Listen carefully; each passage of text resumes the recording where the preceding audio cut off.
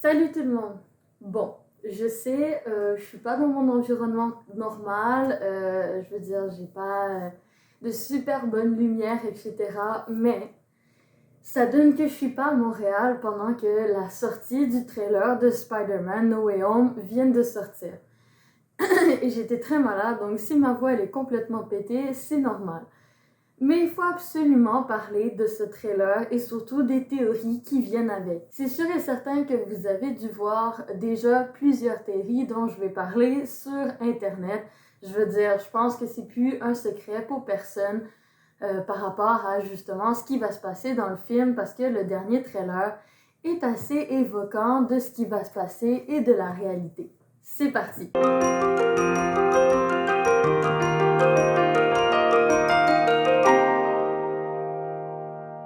Donc déjà, tout d'abord, première théorie, celle que je veux dire que je tiens mon point depuis extrêmement longtemps, c'est celle comme quoi MJ va encore mourir dans le film. Certaines personnes sont contre cette réalité dans le sens où ça deviendrait redondant que MJ meurt encore en train de tomber et que malheureusement Spidey n'arrive pas à la rattraper à temps. Mais attendez bien, pour moi, ce n'est pas ça la réalité des choses.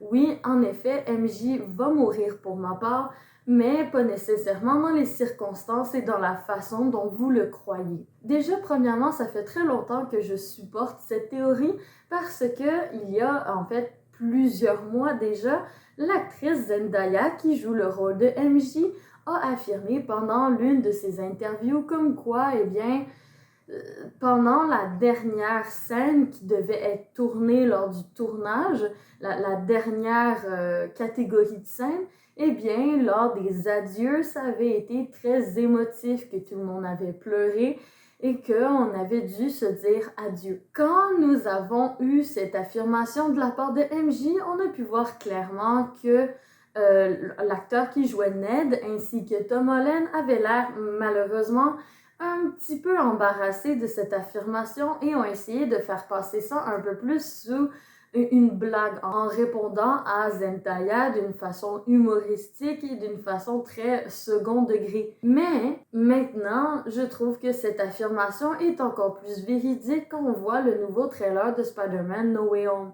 Dans le sens où, d'après moi, MJ va malheureusement mourir parce qu'en fait, l'actrice ne pourra plus jouer dans les films. Déjà de 1, cette actrice est castée pour 6 prochains films dans les prochaines années, ce qui fait en sorte qu'elle aura en fait un horaire un peu trop chargé, surchargé même, et qu'elle n'aura pas nécessairement le temps de jouer son rôle de MJ.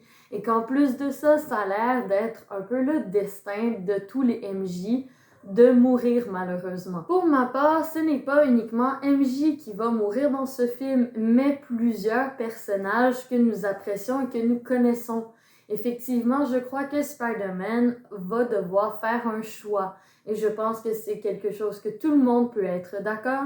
Il va devoir faire un choix par rapport à qui sauver parmi ses amis qui vont être tous en danger. Parce que c'est confirmé en fait que tous les méchants de tous les Spider-Man, que ça soit Electro, que ça soit Sandman, que ça soit le Gobelin, que ça soit Molina, tous les méchants en fait vont être là. Et nous savons très bien que ceux-ci ont pour but normalement d'essayer d'éliminer Spider-Man ou les personnes à laquelle il tient. C'est pour ça que pour ma part, eh bien, je crois que ça soit Ned, que ça soit Happy, que ça soit MJ, que ça soit Tante May, eh bien, parmi ces personnages-là, du monde vont mourir. Et Spider-Man va devoir faire un choix et ne pourra pas sauver tout le monde, malheureusement. Ce qui liderait à la scène où on voit Spider-Man qui est complètement détruit, anéanti et triste. Eh bien, moi, je pense que justement, il aura dû faire des choix et qu'il n'aura pas pu sauver tout le monde. Pourquoi est-ce que je dis que justement plusieurs personnes vont mourir? C'est différentes scènes. Déjà, de 1, la scène où MJ tombe et que ce n'est pas Spider-Man qui essaie de la rattraper, mais plutôt Ned. Et que celui-ci aussi a l'air de tomber avec elle. Est-ce qu'à ce moment-là, en fait, Spider-Man va devoir faire un choix entre Ned et MJ, lequel sauver, ou est-ce que les deux vont se faire sauver par un autre Spider-Man, que ça soit Tobey ou que ça soit Andrew, est-ce que à ce moment-là, au moment où justement Spidey va peut-être choisir entre MJ et Ned, va penser que le deuxième va mourir et que heureusement un autre Spider-Man va sauver la deuxième personne. Mais le personnage que je pense qui va le plus mourir, c'est à Happy. On voit clairement dans une scène où justement Spider-Man a l'air de vouloir arrêter une bombe du gobelin, que celui-ci a l'air de pas réussir à l'arrêter et qu'il y a une explosion d'un véhicule dans la scène d'après du trailer. Eh bien, on peut voir clairement que justement, la scène qui correspond à quand est-ce qu'il essaie d'arrêter la bombe du gobelin, avec la scène où on voit tous les policiers autour d'un véhicule et que celui-ci explose, ressemble fortement à la scène où on voit Happy dans une voiture et que justement il a l'air de regarder quelque chose, ou il a l'air d'être entouré de plusieurs policiers. Est-ce que c'est la scène finale où Happy est en train de regarder Spider-Man et qui réalise que malheureusement c'est ce moment-là où il meurt et que c'est la mort de Happy? Et où il y a aussi une fraction de seconde où on peut voir Tante May qui court frénétiquement en panique. Et on se dit que peut-être que c'est justement qu'elle se fait attaquer par l'un des méchants, pensant justement faire du mal à Spider-Man en s'attaquant à Tante May. Parce que dans leur univers, ils savent que Peter Parker, c'est Spider-Man et que Tante May, ben, c'est sa tante. Donc, pourquoi pas attaquer des personnes avec qui que Spider-Man tient pour attaquer justement à Spider-Man. Et que justement, plusieurs rumeurs il y a très longtemps, eh bien, avaient supposé justement, grâce à des interviews, que Spider-Man serait contre Doctor Strange, entre parenthèses, qu'il ne serait pas d'accord sur les façons d'être et de penser et de concevoir comment régler les choses. Il y a plusieurs, en fait, en analysant le trailer, tu peux supposer deux parties, en fait. La première partie serait que justement Doctor Strange et Spider-Man ne sont pas d'accord parce que Doctor Strange voudrait renvoyer tous les méchants de cet univers, ben, des autres univers à leur place initiale, tandis que Spider-Man, lui, serait plutôt du sens inverse, que celui-ci voudrait en fait que Spider-Man est tellement dans le sens que tout le monde peut se racheter, tout le monde peut être gentil, qu'on peut donner une deuxième chance à des gens, que ça fera en sorte que celui-ci voudrait trouver une autre solution que renvoyer tout le monde dans leur propre univers et que justement il serait contre Doctor Strange pour justement essayer de trouver une autre solution et pas nécessairement tuer tout le monde ou renvoyer tout le monde dans leurs endroits, et que ça serait contre les valeurs que ce que Doctor Strange lui voudrait appliquer, et que ça ferait un genre de chaos total entre le fait de aider ses amis, sa famille, être contre Doctor Strange, mais en même temps être avec lui, en même temps d'avoir tous les méchants qui sont là, les Sinister Six, qui sont en train d'attaquer la ville, plus tellement de choses et tellement de pression sur des décisions que Peter Parker doit choisir. Et pourquoi est-ce qu'on irait dans le sens que justement Peter Parker ne voudrait pas nécessairement tuer tout le monde? C'est des phrases clés dans le trailer. À un moment donné, Doctor Strange affirme que c'est leur destin normalement de mourir et qu'il faut respecter ce destin. Eh bien, celui-ci parle-t-il des Sinister Six, que justement, normalement, le Gobelin Vert, Electro, le Lézard, Molina, tous sont supposés mourir des mains de Spider-Man. Et que là, justement, le fait d'avoir été transplanté dans un autre univers leur donnerait potentiellement une chance de enfin vaincre Spider-Man, que c'est leur destin normalement d'essayer de vaincre Spider-Man et que normalement c'est leur destin de mourir. Et que Spider-Man, notre Spider-Man, ne serait pas d'accord avec ce destin et qu'il voudrait potentiellement le changer. Mais que malheureusement, vu que c'est des méchants, ceux-ci vont donner un peu trop de dommages et un peu trop de difficultés à son univers à lui, en mettant en danger des personnes à laquelle il tient et qui va devoir choisir entre le bien et le mal, entre justement essayer de sacrifier certaines choses pour le bien de certaines autres choses et vice-versa. Par la suite, concentrons-nous sur la scène où on voit les genres de halo mauve et que justement Doctor Strange dit « ils arrivent, nanana, c'est trop tard, les univers se fractionnent, etc. » Est-ce que c'est à ce moment-là que justement les multivers s'ouvrent et que c'est la porte de justement chacun des méchants qui vont se faire transplanter dans notre univers à nous? Parce qu'on se rappelle très bien que en fait, il y a quelques mois, l'acteur qui joue justement le Dr. Octopus a affirmé que son arrivée dans Peter Parker, dans l'univers de Tom Holland, c'est le moment précis de où est-ce qu'il était supposé mourir dans son époque à lui. Donc c'est une transplantation directe au moment où il était supposé mourir, c'est transplanté dans notre univers. Et que justement, ça leur donne une deuxième chance de pouvoir potentiellement battre un Spider-Man parce qu'à leur époque, au moment où eux se font transplanter, ils étaient en train de perdre contre Spider-Man. Et que ces lignes mauves qu'on voit, c'est le moment où justement tout se fractionne et que tous les méchants arrivent sur l'univers de Tom Holland. Et en fait, ça nous donne aussi l'option de justement, quand Doctor Strange lui dit qu'il n'arrivera pas à tout faire ça tout seul, eh bien c'est à ce moment-là aussi que Spider-Man va devoir prendre de l'aide des autres Spider-Man, de Tobey Maguire ou d'Andrew Garfield, qui va être transplanté dans son univers à lui. Mais dernière petite chose par rapport à justement cet effet de luminosité mauve, qui fait en fait vaguement penser à Kang, qui fait vaguement penser à Agamotto, qui fait vaguement penser à Loki, qui fait vaguement penser justement au multiverse. Est-ce que justement cette ouverture va provoquer beaucoup plus de danger que uniquement ramener les Sinister Six et les autres... Arrête de bouger! Non! Oh, le chat. Je suis tannée. Le chat descend. Descend! Et que malheureusement, eh bien, beaucoup plus de choses vont être rapportées de cette fraction d'univers. Que pour le moment, dans le film de Spider-Man, nous allons avoir uniquement les Sinister Six, etc. Mais pourquoi pas cette fraction d'univers va nous apporter beaucoup plus que ce que l'on pense qu'on va pouvoir voir dans le film de Doctor Strange et qu'on va pouvoir voir dans les autres films exemple justement dans les autres Spider-Man, etc., etc. Parce qu'en fait, ce qu'on sait déjà de un, c'est que le film de Doctor Strange vient de repartir dans un autre 6 mois intensif de tournage parce que malheureusement, il y a des incohérences dans le film de Doctor Strange par rapport la temporalité et la logique des choses qui ne matchent pas avec les autres films et qui fait en sorte que c'est incompréhensible ce qui se passe dans Doctor Strange.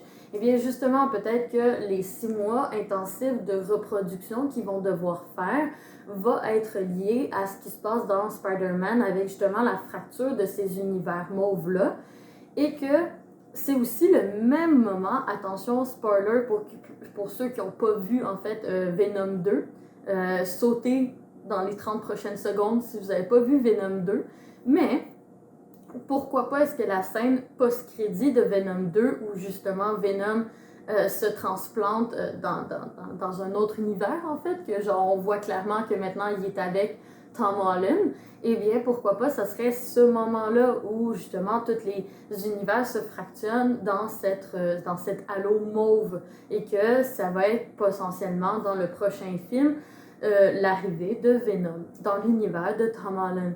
Que cette fraction-là va apporter tellement de personnages que Tom Holland ne saura pas quoi faire, qu'il va être complètement perdu et que justement à la fin du film, eh bien on va voir que oui, il aura peut-être réussi à vaincre les Sinister Six, mais qu'il y a beaucoup d'autres choses qui sont arrivées au même moment. C'est juste qu'il était tellement trop préoccupé avec les Sinister Six qu'ils n'ont pas remarqué tout ce qui arrivait en même temps que ces Sinister Six. Par la suite, une autre confirmation en fait que c'est sûr quasiment à 100% que les deux autres Spider-Man vont faire partie de notre univers. J'entends par là dans le sens où la fameuse scène du trailer, je pense que maintenant tout le monde la connaît parce que elle est passée sur tous les réseaux sociaux, mais la fameuse scène du trailer qui n'a pas été coupée dans celui brésilien. Le trailer brésilien a une scène un peu plus avancée que maintenant vous ne pouvez pas retrouver, qui était disponible uniquement sur leur Twitter et que ça a été vraiment enlevé et reprogrammé. Cette scène, c'est où on voit le Spider-Man, Tom Holland, combattre Sandman, combattre Electro et combattre le lézard. Mais on peut voir clairement dans cette image que Sandman a l'air d'être avec Tom Holland, de se battre contre Tom Holland. On le voit aussi dans la scène d'après où Tom Holland évite le coup de poing de Sandman. On peut voir que le lézard et que Electro regardent devant eux et non pas regarde pour Electro en bas et que le lézard regarde vers le haut pour regarder le seul Spider-Man qu'on voit à l'écran. Mais non, c'est très facile en CGI. Eh bien, justement, le lézard regarde devant lui parce que normalement en CGI, un autre Spider-Man aurait dû être là. Surtout que dans ce trailer brésilien, le lézard se fait frapper, mais par quelque chose d'invisible. On le voit clairement que dans cette scène, le lézard se fait frapper par quelque chose qui n'apparaît pas à l'écran. Ça donnerait beaucoup plus de logique à justement ce qui se passe dans cette scène-là, parce que cette scène a tellement peu de logique quand tu la regardes que ça se voit que c'est un faux raccord, ça se voit que deux personnages ont été enlevés de la scène, que normalement la scène aurait dû être beaucoup plus longue. Et c'est la même scène en fait où on voit MJ tomber, la même scène où on voit Ned essayer de rattraper MJ, mais passons à quelque chose d'encore plus mystérieux et de beaucoup plus sérieux. La dernière théorie de cette vidéo, parce qu'il y a tellement de théories qu'on ne peut pas passer une heure là-dessus. Cette théorie et cette affirmation, c'est la fameuse boîte à laquelle Spider-Man et Doctor Strange ont l'air de se battre contre pour avoir cette boîte, qu'ils n'ont pas l'air d'être d'accord sur qu'est-ce que cette boîte va servir et comment l'utiliser en fait. Plusieurs personnes en fait ont remarqué que cette boîte possède le fameux logo des Vishanti. En fait, le même logo qu'on peut voir sur le symptôme de Doctor Strange dans la vitre, le même logo qu'on peut voir partout dans le bâtiment de Doctor Strange. Eh bien, cette boîte, justement, c'est une boîte qui, normalement, appartient à l'univers, justement, de Doctor Strange, qui appartient à cet effet-là. Eh bien, plusieurs théories supposent que cette boîte serait soit une prison ou soit renferme un objet important. Parce que, en fait, plusieurs personnes se sont posé la question de qu'est-ce que c'est que ce costume noir que Spider-Man porte. Eh bien, c'est clairement son costume mis à l'envers. On peut voir que les coutures, les logos, les traces, en fait, c'est l'opposé de son costume qu'on voit au début du trailer. C'est l'opposé et en fait c'est aussi, on l'a vu dans un des films justement où Iron Man est encore vivant avec Spider-Man et qui lui explique un peu son nouveau costume. On voit rapidement cet effet de noir et doré à l'opposé de son costume rouge et bleu naturel métallique. Donc ça serait juste l'opposé de son costume et qui renfermerait justement que Doctor Strange, il y a deux options. C'est que Doctor Strange aurait soit donné des pouvoirs de Sanctum à Tom Holland pour pouvoir mieux combattre les méchants, ou cette boîte renferme une technologie qui permet à Spider-Man d'utiliser ce genre de pouvoir pour combattre les méchants. Mais moi, je ne suis pas du tout dans cette équipe. J'ai débattu longuement avec mon ami pour justement parler de qu'est-ce que renfermerait cette boîte. Lui, il est dans l'équipe que ça renferme justement un accessoire qui permettrait à Tom Holland de bénéficier de ce genre de pouvoir, tandis que moi, je pense plutôt que c'est une prison. Cette boîte renfermerait des créatures, des êtres de d'autres univers ou avec des pouvoirs ou dangereux qui en fait seraient dans cette prison pour pouvoir ensuite être replacés dans leur propre univers, d'être en fait redirigés dans leur propre multiverse.